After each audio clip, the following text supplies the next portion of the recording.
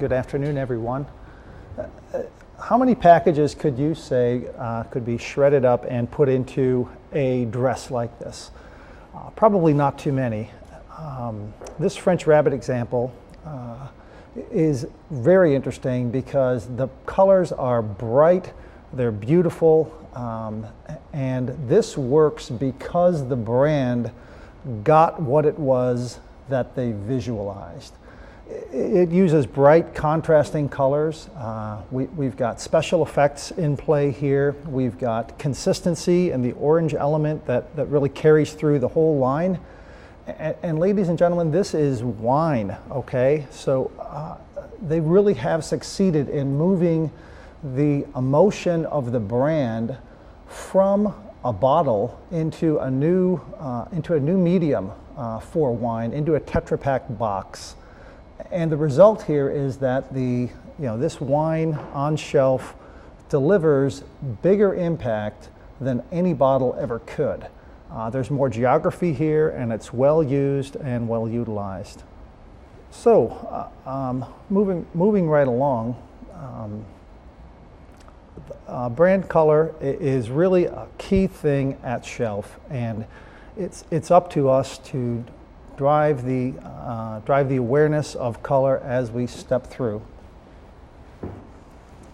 My job today is to introduce you to a few of the elements that could be missteps on the way to delivering color through the execution side. While Duncan did a very eloquent job of helping you with the psychological side of color, I'm going to fill you in on some of the execution details. So research by Omnicon really cites color as one of the critical brand touch points with consumers, but there is a flip side to this. The problem is that this same at-shelf color is also ranked as one of the top 5 areas where color or where packaging can have a disconnect with the consumer. And the net there is that we wind up with eventual loss of equity and loss of share, and more importantly, a loss of emotional impact. For example, we're seeing some private label brands literally copy the established brands and their colors. So if you stack these two packages, the knockoff brand and the national or international brand side by side, you know it just doesn't work. So what does this mean to you as brand owners? Basically, you cannot delegate color to someone else. Instead, you have to be the advocate for your brand's true color. So on the next slide here, we'll talk a little bit about how color is vitally important to the health of most every brand, but the issue is it's so complex. So many people touch color on the way to shelf. And it's because of this complexity in the packaging development and realization process that the true color of a package is often difficult to predict. So this has implications for all of us in the workflow. That is, if we're going to meet the brand owner color expectations. You spend billions and billions of dollars getting the visual equity right in a package, and misfiring on color because of poorly handled execution is really inexcusable. So let's, on the next slide here, talk a little bit about some disconnects. It's really about missing expectations. So let's ask this question. How often have your brand color expectations gone awry on the way to execution? And you can answer never, or 1 to 2 times per year. 3 to 5 times per year, or more often, that color really doesn't make it to shelf in a way that you had envisioned it. And we'll have the answers to that poll in just a few minutes. So some of the ways color can go astray on the next slide here are through the reproduction approaches. And I want to just cover for you over the next few minutes 3 reproduction approaches and talk about how they stack up regarding their ability to deliver on emotion from lowest to highest. So starting with process color, this is how newspapers and magazines are reproduced. This is a utilitarian, one-size-fits-all approach to printing color on packaging. It's great for babies and puppies and images of products, but it's not a very good medium for bright logo colors and branding elements. If you look at this example on the screen of the Virgin logo, it's a bright, sexy, brilliant color that really pops in spot color, but the 4-color process counterpart is really dim and sort of dull by comparison. So basically, if you're looking for that emotional resonance, process color is not your best choice.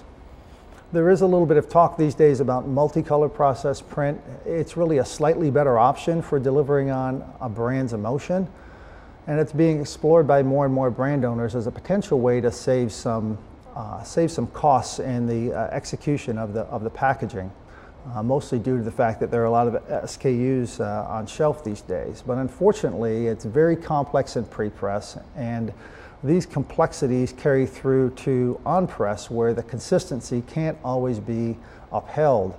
So we've talked to a couple of brand owners recently who have gone in this direction, and they've really hit a wall. You know, the envelope of capability is quite a bit smaller in 7-color process than in some of the custom color approaches, and there's no way to achieve the consistency or the brilliance that they're seeking by using multicolor process printing.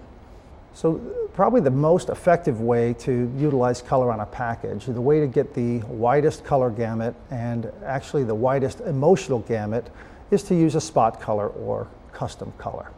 So a question to the brand owners involved in the webinar today: does your brand really own a color?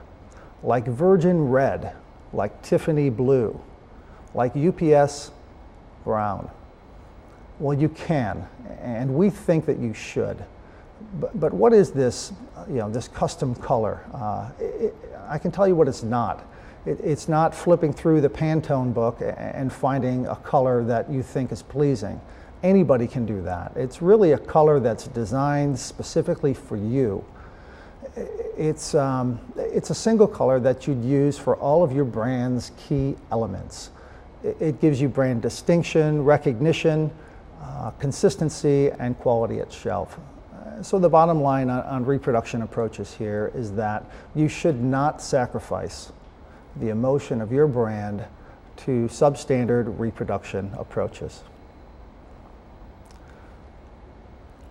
So on the next slide here, we want to talk a little bit about some of the functional requirements in the packaging delivery process.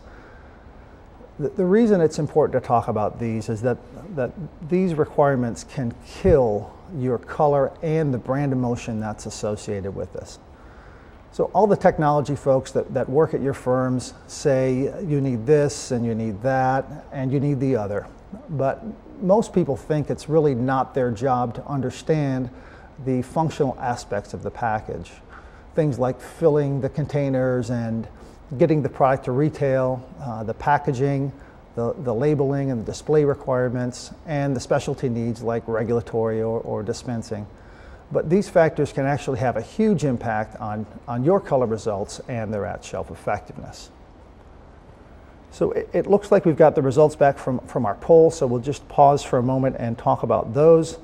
The question was, have your color expectations gone awry on the way to shelf? And it looks like about 20% of our audience has a pretty good color program in place because they never have this experience.